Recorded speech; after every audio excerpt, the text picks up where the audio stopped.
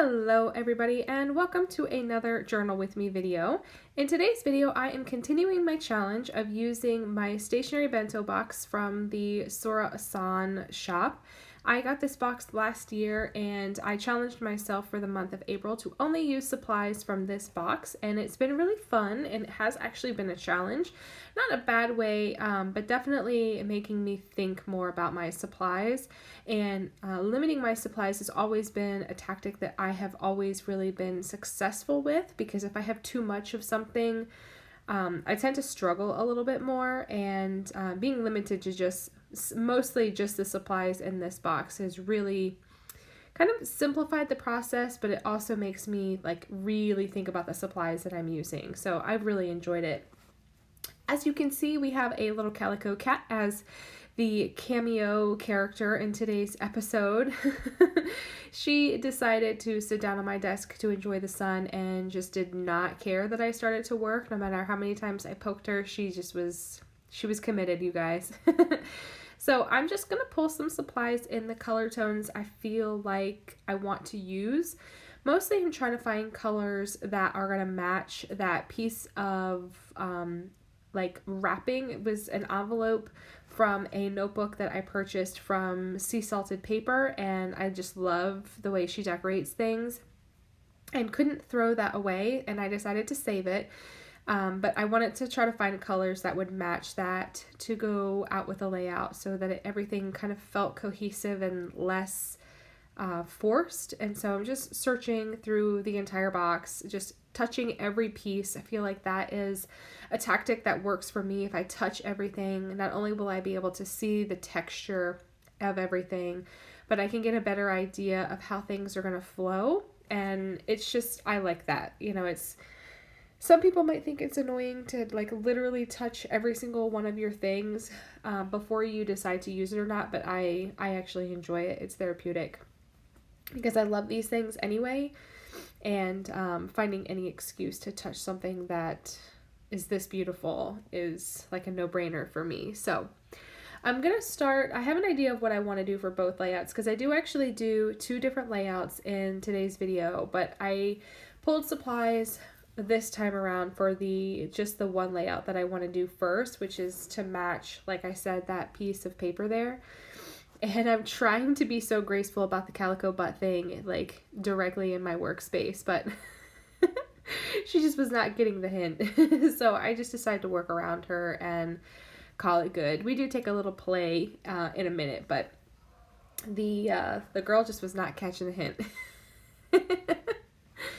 Look at her. She's so pretty. Oh gosh, I just love that little calico cat. She's so sweet. So yeah, I'm just gonna get started right away. I tore that piece of vellum. Look at her little kisses, are so sweet. I tore that piece of vellum and I just wanted to kind of work at the top of this page. I always try to make sure that I look at previous pages to see kind of where I was decorating in previous pages. So I don't continually cover the same spots over and over. Look how cute she is. I literally can't take it. Oh, boop, I just booped her. So yeah, I'm definitely super mindful to not decorate the same spaces over and over and over again.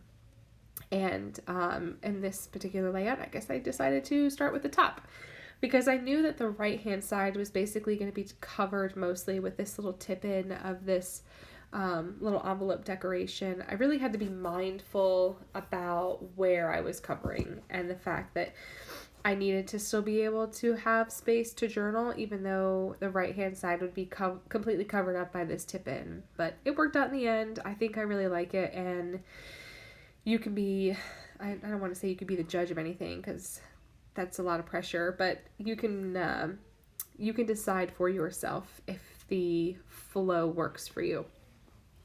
So anyway, how is everybody doing? How's everybody handling the quarantine? I completely forget what week we're in. I think we just finished week 6. I think we will be starting week 7 of quarantine next Monday, and holy bananas. When this whole thing started, I kind of had a feeling that it was going to get bad quick, but I thought it was going to be bad for a month and then we were just gonna like move on. Like I didn't realize it was gonna go on for 2 months basically. The schools are completely canceled now for the rest of the year. We kind of had a little bit of hope that the kids were going to be able to go back to school for a little bit. Here in Florida, or in our school, the last day of school was May 28th, and we were slated to go back on the 15th. And we kind of had hope that the kids would be able to go back and they would just extend the school year for the amount of weeks that they missed, and they would just have a shorter summer break. That is not the case. We still don't know when we're ending the school year, if it's going to be on the 28th still, or if they're going to extend the school year, but I'm not sure. Wow, okay, sorry, I had to stop the voiceover because the children decided to take Clara out of her crib in the middle of her sleeping, and so that was nice. Luckily, they did, because she actually did need a diaper change, but her nap was completely interrupted, and during their crazy, chaotic playtime, they woke Cullen up, so I pray to God that resetting him, he's gonna fall back asleep too. But yeah, we are not super thrilled about the school year being completely canceled, because it's hard having everybody home and keeping everybody quiet and keeping everybody fed. Oh my gosh, that they want to eat. I mean, just like so much food, so much snacking, so much dirt. I mean, I sweep the floors like 3 times a day and it doesn't even look like I do anything. The dishes is insane. It's just so much. Sorry, I just got a text message from my husband. Yeah. I was really, really hoping that they would go back to school for a few weeks and shorten the summer, and then they would go back to school normally. Yeah, poor thing got her hair caught underneath my tripod and it pulled out her hair. So long and sad. But yeah, I was just really looking forward to having like a little bit of a break of them going back to school. I know that they were really looking forward to being able to go back and hang out with their friends before summer, but wow. Yeah, when we got the message that they were just not bringing the students back for the rest of the year, it was a tough pill to swallow. We kind of expected it, but like I said, we kind of hoped that they would shorten the summer, but I just don't think they are. I think they're going to continue with the home learning until at least the beginning of June, and then regular summer vacation begins. And oh my gosh, I am so tired. I need a break, like hardcore. I just need some social interaction, and I need a break from all of these humans in my house.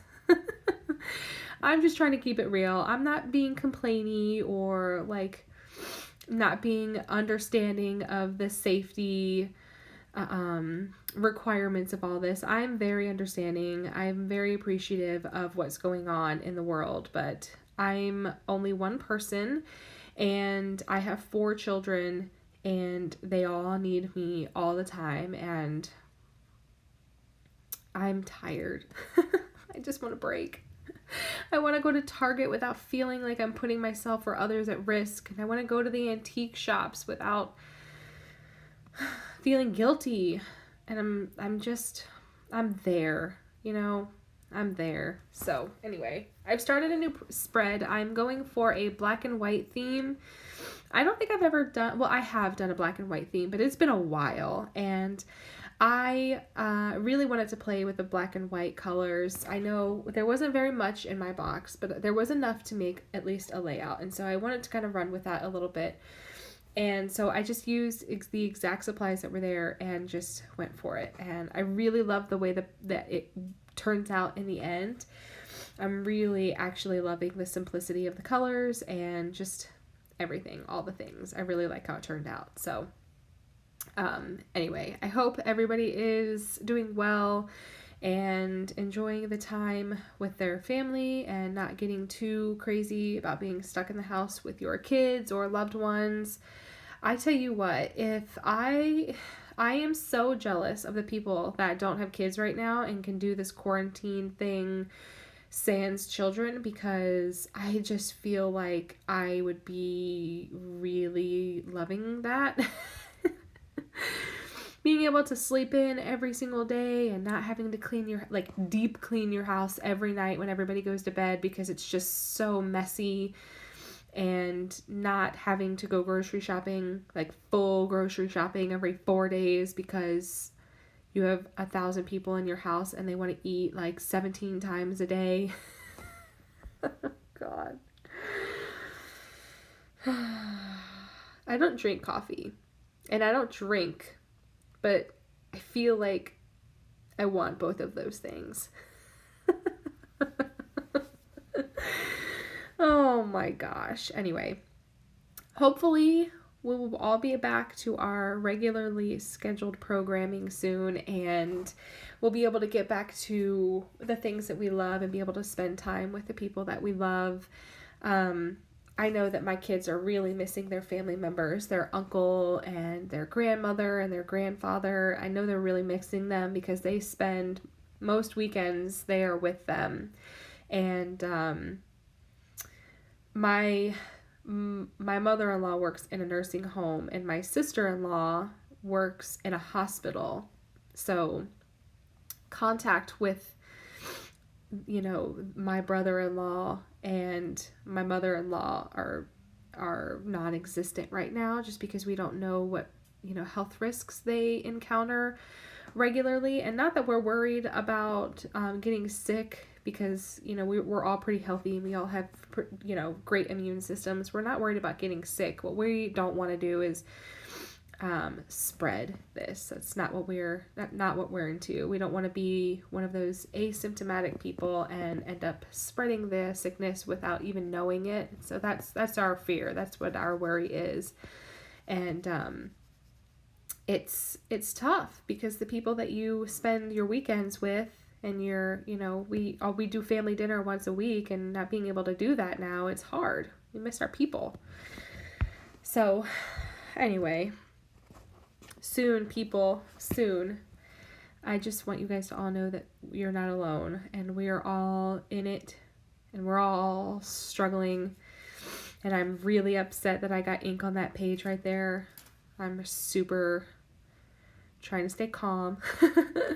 I had a lovely viewer watch me struggle with this in the past and sent me this really awesome eraser that is for ink and pencil. And one side has what feels like a sandpaper kind of texture, like there's sand mixed into the eraser part.